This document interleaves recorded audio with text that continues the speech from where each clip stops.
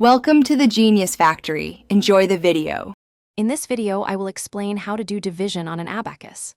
First, clear your abacus completely. Next, identify the dividend, which is the number being divided, and the divisor, the number doing the dividing. We will place these numbers on specific rods to begin our calculation.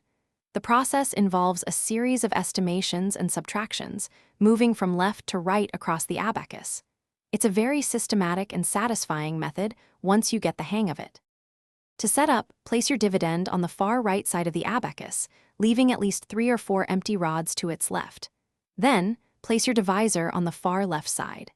Now, estimate how many times the divisor goes into the first few digits of the dividend. For example, if dividing 45 by 5, you'd consider how many 5s are in 45. This first estimated digit of your quotient will be placed on a rod between the divisor and dividend. Once you have your estimated quotient digit, multiply it by the divisor. Now, subtract this product from the dividend on the right side of the abacus. This is a key step, as it reduces the dividend. After subtracting, you must shift your divisor 1 rod to the right. This prepares the abacus for the next iteration of the division, allowing you to find the next digit of your quotient.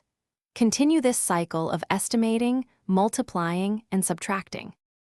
You will continue the steps of estimating, multiplying, and subtracting until you can no longer subtract the divisor from the remaining part of the dividend.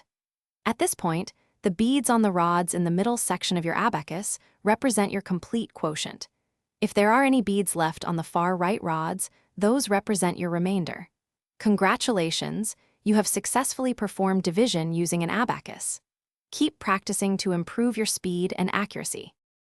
Thanks for watching. If you found this helpful, don't forget to like and subscribe.